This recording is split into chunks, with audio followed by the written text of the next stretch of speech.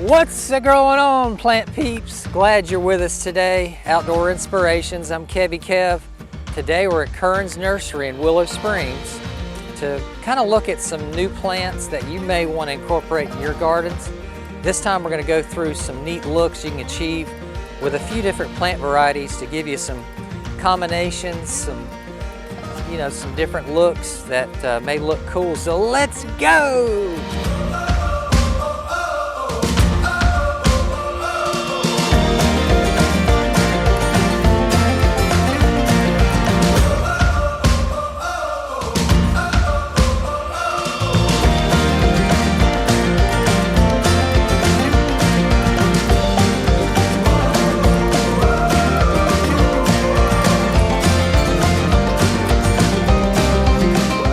All right, so we went around the nursery and picked out a few plants that we thought would be a good additive to your next garden design. So let me grab one or two to get started with. So let's go with this Loropetalum. So this Loropetalum, the beauty of it alone is fantastic. You're dealing with an evergreen shrub that is really pungent in that burgundy look. So it's going to be very striking by itself. You could pick a boxwood or a compacta holly that you can come in front of this. So let's look at these two combinations right here. You're dealing with two evergreen shrubs. Let's give that year-round interest, maybe the front foundation, somewhere that's frequented often, that you don't want to lose foliage and lose interest. So this is a good combination to start with. You have two different heights, two different colors, two different textures. So it's a win-win-win. Winner, winner, chicken dinner. They're roostering over there as we speak. So let's do a third. If you had enough space, obviously these are too close together. They'd be planted farther apart to give them room to grow and mature over time. But we're bringing them in just so you can get that idea in this area. So let's do a third option. What can we do in front? How about this Japanese garden juniper as one example? So again, we've got a third tier, a third texture, and a third color, and we're staying evergreen. So it's a winner, winner, chicken dinner again for that one. Okay, what if you didn't like the green on green? It's not your scene? No problemo. Let's go with a drift rose. It's not going to give you evergreen. It will lose its leaves in the winter, but look at the flower power. And the way that rose petal color can translate as you look far beyond to this burgundy foliage, past that compacta holly there. So that's a nice look. So you got three tiers and three examples. Now, what if you have room for 4 layers? Uh-oh. Uh-oh! Hold the phone. Now this will be a lot more airy in the entranceway here. So you got that daylily action. And the yellow, that's what are these called? The Happy Returns Daylily is gonna contrast really nice with the drift rose behind it, and each kind of complements each other. Right, now we could come in front with the Japanese garden again. That's another look.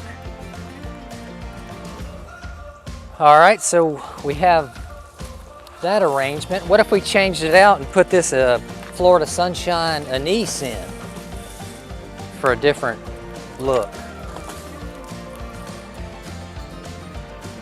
Beautiful yellow, sunny foliage there.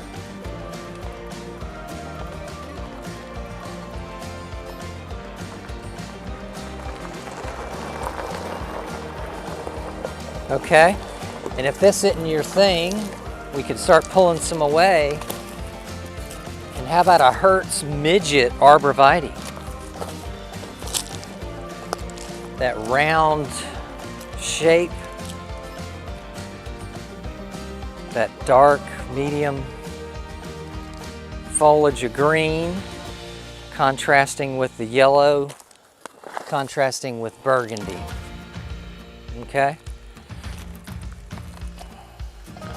Could also transition from arborvitae to abelia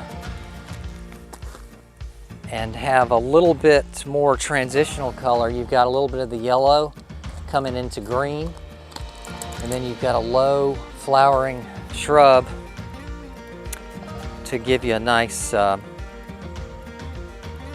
bit of color going on.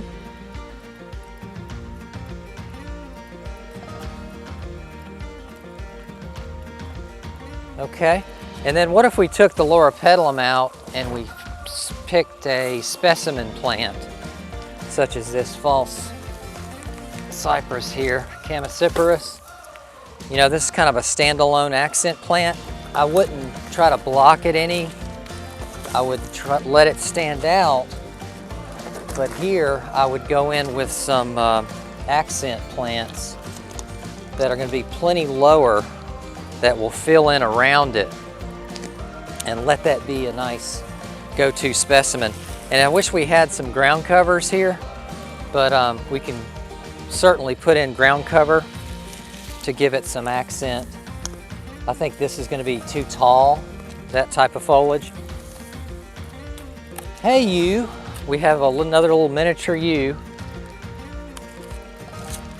But I wouldn't do this in a design necessarily, just because the greens are matching a little too much. So I'd want to see something pop like this abelia that can make it start popping off more. I would choose maybe a jasmine, like that snow and summer jasmine that has that pinkish hues to it. Okay, instead of abelia, we'll bring in a lower ground cover, such as this variegated liriope. And these up close and personal, with maybe a nice accent flower to the side. Again, we would plant these totally more further apart. But this is going to give you a very dramatic lower foundation to your accent plant, specimen plant. And you've got different colors going on there. You know, and when you're designing landscapes, in each area of your garden, you're going to have some evergreen, some deciduous. It's always good to have a blend. It's just that high traffic areas, the front of your home, you want to lean more heavy to evergreen, so it stays that year-round interest. You know, the deciduous stuff that burns down to the ground and comes back every year, it's cool to have pockets of that here and there. And but you know, if it's not a formal area or a very high traffic area, side yard, backyard, you can certainly introduce a lot more deciduous plants. There's so many good plants out there that are deciduous to choose from. So we've got so many plants to consider. It just all depends on your situation. If you have comments, put them below. We can try to steer you into a specific design sequence that you may want to consider. All right, well, let's go take a look at another area at this nursery. Hey, I'm Ruth with Currin's Nursery in Willow Springs, North Carolina. I wanted to showcase the red twig dogwood that Kevin wanted us to look at today. This is a really cool plant. As you can see, in October, it's already started to lose some of its foliage, and it's going to lose even more as we go on with time here. But the really cool thing about this plant is in winter, it really shines. It has kind of this really neat modern architectural look with these blood red stems. And the colder it gets, the redder these stems will get. They will become, usually about December, very bright. And so against a stark kind of winter landscape, they just have to give this really bright spot in the landscape. And especially if we get a little bit of snow, they're beautiful against the snow. All right, everybody, thank you so much for watching and being here with us today. It's so beautiful, fall weather. Can't wait to plant, plant, plant. We love planting. We love you. Not you, you. But anyway, thank you for watching. Please comment, subscribe. We love you very much. Have a good one.